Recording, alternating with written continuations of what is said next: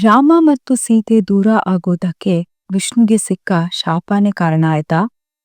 ಜಲಂಧರ ಒಬ್ಬ ಅಸುರ ಹಾಗೂ ಅವನು ಶಿವನ ಅಂಶ. ಜಲಂಧರನ ಹೆಂಡತಿ ವೃಂದ, ಅವಳು ವಿಷ್ಣುವಿನ ಪರಮ ಭಕ್ತೆ.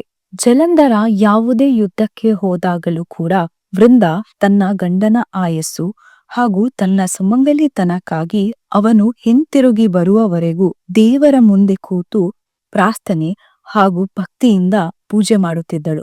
ದೇವಲೋಕದಲ್ಲಿಯೂ ಕೂಡ ಜಲಂಧರನ ಅಟ್ಟಹಾಸ ಮೆರೆದಿತ್ತು.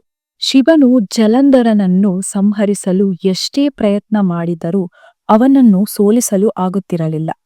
ಅದಕ್ಕೆ ಕಾರಣ ವೃಂದಾಳ ಭಕ್ತಿ ಹಾಗೂ ತನ್ನ ಗಂಡನ ಪ್ರತಿ ಇದ್ದ ಪತಿವ್ರತೆಯ ಧರ್ಮ ಅವನ ರಕ್ಷಣೆಗಾಗಿ ಒಂದು ಗೋಡೆಯಾಗಿ ನಿಂತಿತ್ತು.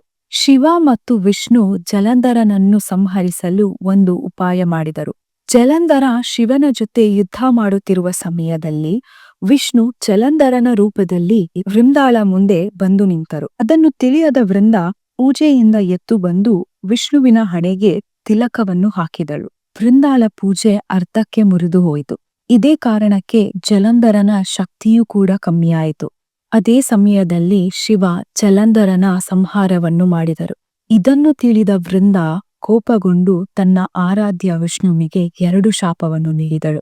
ನೀನು ಶಾಲಿಗ್ರಾಮ ಕಲ್ಲಾಗಿ ಹೋಗು.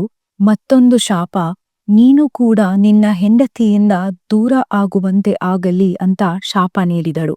ಶಿವಪುರಾಣ ಹಾಗೂ ಪದ್ಮಪುರಾಣದ ಪ್ರಕಾರ ಈ ಶಾಪದ ಕಾರಣಕ್ಕೆ ರಾಮನ ಅವತಾರದಲ್ಲಿ ಇರುವ ಸಮಯದಲ್ಲಿ ತನ್ನ ಹೆಂಡತಿಯಾದ ಸೀತೆಯಿಂದ ದೂರ ಆಗುವ ಸಂಗತಿ ಎದುರಾಗುತ್ತದೆ. ನಿಮ್ಗೆ ಈ ಕತೆ ಇಷ್ಟ ಆಗಿದ್ರೆ ನಮ್ಮ ಪೇಜ್ನ ಸಬ್ಸ್ಕ್ರೈಬ್ ಮಾಡಿ.